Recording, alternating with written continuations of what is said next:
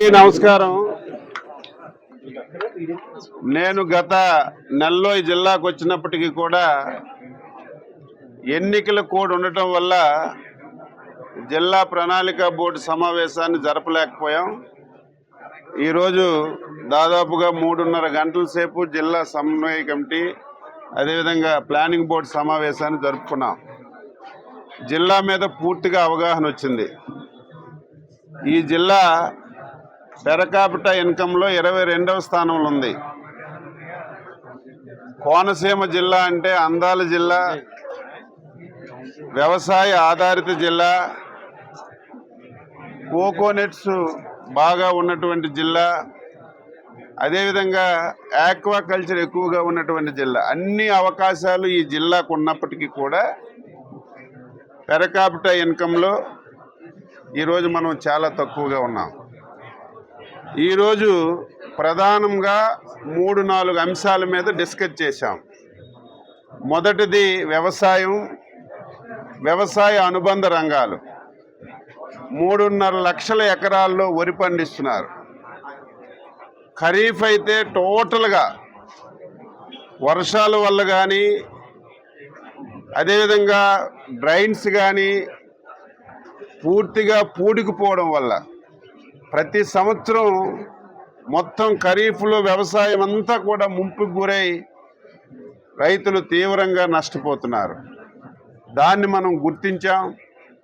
అదేవిధంగా దానికి ప్రత్యామ్నాయంగా రబీలో అదేవిధంగా ప్రభుత్వం నుంచి అన్ని విధాల ఎరువులు కానీ విత్తనాలు కానీ అన్ని విధాల సహకారం చేసి రబీలో ఈ ముంపు నుంచి కొంత తప్పించుకొని ఎక్కువ ఈల్డింగ్ రావడానికి అవకాశం ఉంది. కాబట్టి ఖరీఫ్లో వచ్చినటువంటి నష్టాన్ని రబీలో పోర్చడానికి ఈ సంవత్సరం ఖరీఫ్లో ఎన్ని వేల ఎకరాల్లో వ్యవసాయం చేశామో అంతే స్థాయిలో చేసి ఇక్కడ రైతుకి ఆదాయం తీసుకురావడానికి ప్రయత్నం చేయడానికి నిర్ణయం చేశాం. దీంతో పాటుగా కోకోనట్ ఉంది. ఆశ్చర్యం ఏంటంటే కోనసీమ కోకోనట్కి ప్రసిద్ధి. ఇక్కడ కోకోనట్ బోర్డు ఇక్కడ లేదు. కోకోనట్ నుంచి ఏదైతే ఫుడ్ ప్రాసెసింగ్ యూనిట్ పెట్టి దానికి అవసరమైనటువంటి కార్యక్రమాలు చేయాలో అవి కూడా చేయలేదు. అందుకే కలెక్టర్ గారికి చెప్పాం, ఇమీడియట్గా లేఖ రాసి కోకోనట్ బోర్డు ఇక్కడ తీసుకురావడం, రాజమండ్రిలో ఉన్నటువంటి కాయిల్ బోర్డు కూడా ఇక్కడ తీసుకురావడం చేస్తే ఇక్కడే ఫుడ్ ప్రాసెసింగ్ యూనిట్ ఎంఎస్ఎంఈలో కోకోనట్కి 1-2 ప్లేసుల్లో తీసుకురాగలిగితే కోకోనట్లో వచ్చినటువంటి అన్నింటినీ మనం మార్కెటింగ్ చేసుకోగలిగితే ఈరోజు 6 రూపాయలకి కోకోనట్ అమ్ముతున్నారు. ఈ విధంగా మనం ఎంఎస్ఎంఈ ద్వారా ఫుడ్ ప్రాసెసింగ్ యూనిట్ ఒకటి పెట్టగలిగితే కోకోనట్కి సంబంధించి భారీ ఆదాయం సమకూర్చడానికి అవకాశం ఉంటుంది. దాని మీద కూడా డిస్కస్ చేశాం. ముఖ్యంగా ఇరిగేషన్, ఇది అత్యంత ప్రాధాన్యత కలిగినటువంటి శాఖ. 5 సంవత్సరాలు ఈ శాఖను పూర్తిగా తాళం వేసేశారు. మట్టి తీసిన సందర్భం లేదు, ఒక కాలువ క్లీన్ చేసిన సందర్భం లేదు, కాలువలో ఉన్నటువంటి తూడి కాడ తీసిన సందర్భాలు లేవు. ఇమీడియట్గా కలెక్టర్ గారి ఆధ్వర్యంలో ఇరిగేషన్ శాఖ అధికారులకి స్పష్టమైన ఆదేశాలు ఇచ్చాం. ఎట్టి పరిస్థితుల్లో ఫిబ్రవరి నాటికి ఎస్టిమేషన్స్ అన్నీ తయారు చేయమని చెప్పాం. ఏదైతే పాత వ్యవస్థ ఇంతకుముందు చాలా బ్రహ్మాండంగా ఉండేదో నీటి సంఘాలు, అదంతా కూడా రేపు 20వ తారీఖుకి ఇప్పటికే ఎలక్షన్స్ అయ్యాయి. రేపు ప్రాజెక్ట్ కమిటీ కూడా ఎలక్షన్ అయితే అదొక వ్యవస్థ తయారవుతుంది. ఆ వ్యవస్థకి ఇరిగేషన్ మీద పూర్తిగా అవగాహన ఉంటుంది. వాళ్ళు ఆఫీసర్స్ కలిసి ఎస్టిమేషన్స్ వేస్తే ఈ సంవత్సరం మ్యాక్సిమం నిధులు ఈ ప్రాంతానికి ఇచ్చి ఆ డ్రైన్స్ క్లీన్ చేయగలిగితే 1-2 సమస్యలకు పరిష్కారం దొరుకుతుంది. దాని మీద కూడా దృష్టి పెట్టాం. మూడవది అత్యంత ప్రాధాన్యమైనటువంటిది ప్రభుత్వం. రైతు కష్టపడి పండించినటువంటి పంట, అందులో ధాన్యం ప్రభుత్వం కొనాలి, కొని సకాలంలో డబ్బులు ఇవ్వాలి. గతసారి ప్రొక్యూర్మెంట్ ఏ విధంగా జరిగిందో మీకు నేను చెప్పవలసిన అవసరం లేదు. ప్రొక్యూర్మెంట్లో ఇబ్బందులు, ధాన్యం కొంటే 5 మాసాలు 6 మాసాలు రైతులకి డబ్బులు ఇచ్చినటువంటి సందర్భాలు లేవు. ఈరోజు ప్రొక్యూర్మెంటు చాలా చక్కగా చేయడమే కాకుండా గత ప్రభుత్వం బాకీ పెట్టినటువంటి 1600 కోట్లు మేము అధికారంలోకి వచ్చేసరికి గత ప్రభుత్వం 1600 కోట్ల రూపాయలు ధాన్యం రైతుల దగ్గర కొని బకాయిలు పెట్టెళ్ళింది. మేము 1600 కోట్లు బకాయిలు తీర్చడమే కాకుండా ఈరోజు రైతు ధాన్యం ప్రభుత్వానికి ఇస్తే 48 గంటలు టార్గెట్ పెట్టాం. కానీ రైతుల నుంచి మాకు సమాచారం 4 గంటల్లోనే మాకు డబ్బులు పడుతున్నాయి అంటున్నారు, 10 గంటల్లోనే డబ్బులు పడుతున్నాయి అంటారు.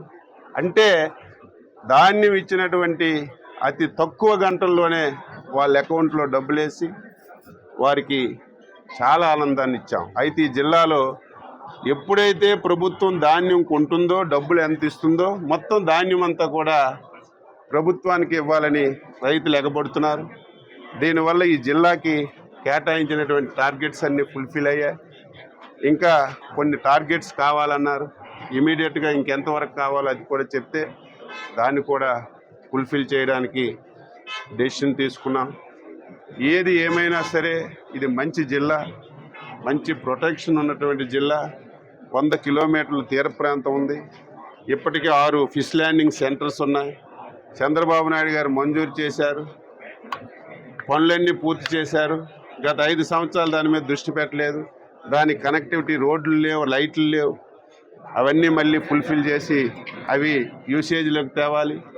ఏదైతే 100 కిలోమీటర్లు కలెక్టర్ గారికి చెప్పాం, ఎక్కడ ఫిష్ ల్యాండింగ్ సెంటర్ కావాలి, ఎక్కడ జెట్టి కావాలి, ఎక్కడ హార్బర్ కావాలి, ఎక్కడ చేపలు ఆరపెట్టుకోవడానికి ప్లాట్ఫామ్స్ కావాలి, ఎక్కడ కోల్డ్ స్టోరేజ్లు కావాలి, ఆ వివరాలన్నీ కూడా అడిగాం. ఈరోజు దాని మీద కూడా దృష్టి పెడుతున్నాం. ఈరోజు ఆక్వాకల్చర్ కూడా ప్రమోట్ చేస్తున్నాం. జోను నాన్ జోన్ ఉంది.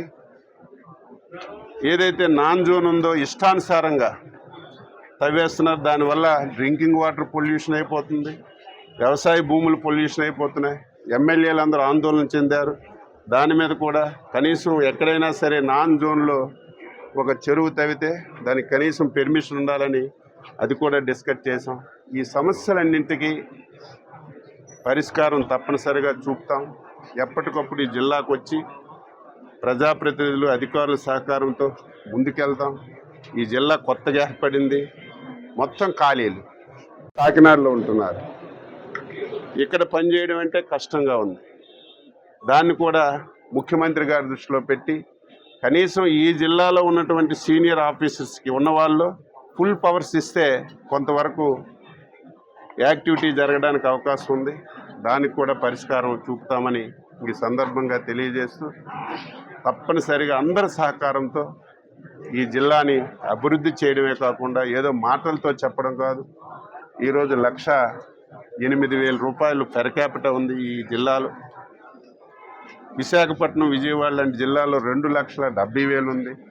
కనీసం ఆ స్థాయికి కాకపోయినా సరే పెర్ క్యాపిటల్ ఇన్కమ్ ప్రతి కుటుంబానికి మనం పెంచగలిగితే స్పష్టంగా అభివృద్ధి కనబడుతుందని నమ్ముతున్నటువంటి వ్యక్తులు ఆ స్థాయిలో పనిచేస్తామని చెప్పి తెలియజేస్తాం.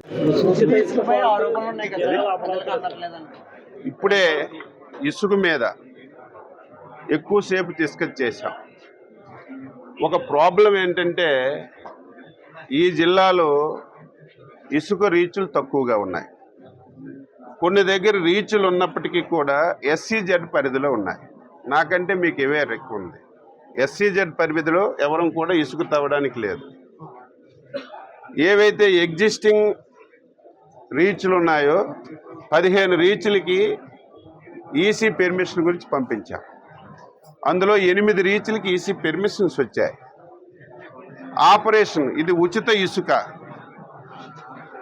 100% ఉచిత ఇసుక. ఎక్కడ ప్రభుత్వంకి ఒక పైసా కూడా రాదు, రావాల్సిన అవసరం లేదు. ఎవరైతే ఇసుక అక్కడ లోడింగ్ చేస్తారో, ఆపరేషన్ చేస్తారో దానికి ఒక మెట్రిక్ టన్నుకి మ్యాక్సిమం 110 రూపాయలు. అక్కడ ర్యాంప్ మెయింటైన్ చేయడానికి ఒక 100 రూపాయలు. ఇవి తప్ప, ఈ 2 తప్ప ట్రాన్స్పోర్టేషన్ తప్పదు. అది ట్రాన్స్పోర్టేషన్ కూడా ప్రభుత్వం పెట్టదు. ఈ రెండు తప్ప ట్రాన్స్పోర్టేషన్ ఎవరైతే వస్తారో వాళ్ళు కట్టుకోవాలి.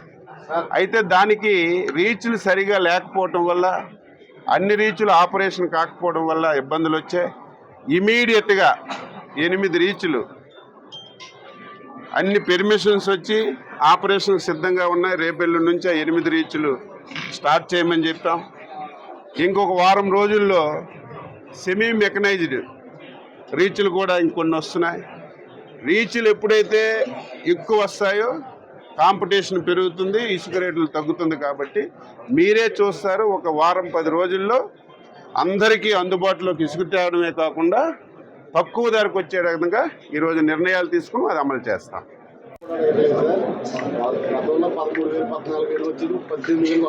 తప్పండి, అది మీరు ఏదో వినండి.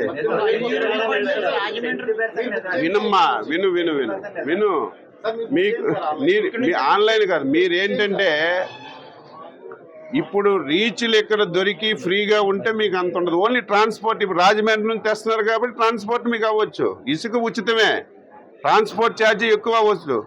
అందుకే ఇక్కడే రీచ్లు మనం మొన్నే వచ్చాయి మనకి ఈసీ పెర్మిషన్స్ లేకుండా తవ్వామనుకోండి, మీరే కదా అడ్డగోలుగా తవ్వేశారు. ఈసీ పెర్మిషన్స్ లేవని మీరే చెప్తారు.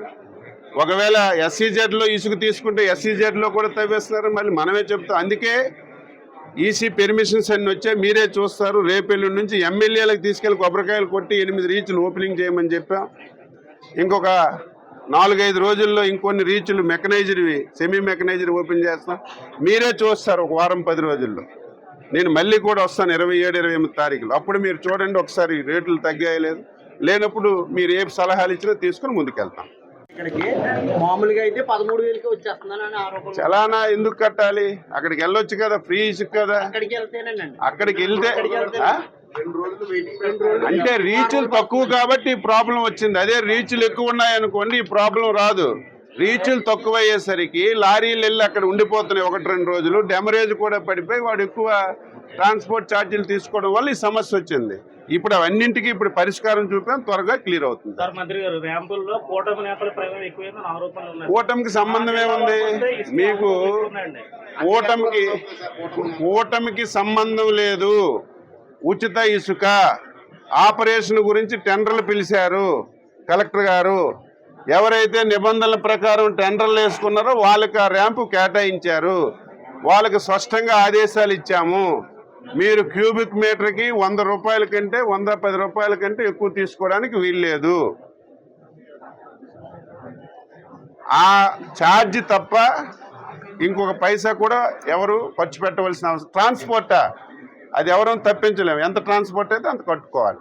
అయితే ఇప్పుడు అందుబాటులో ర్యాంపులు లేవు కాబట్టి లారీలు 1-2 రోజులు ఉండిపోవడం వల్ల డెమరేజెస్ పడి ఎక్కువ ట్రాన్స్పోర్ట్ అవ్వడం వల్ల కొద్దిగా రేట్ ఎక్కువలాగా మీకు అనిపిస్తుంది. అది తొందరగా పరిష్కారం అవుతుంది.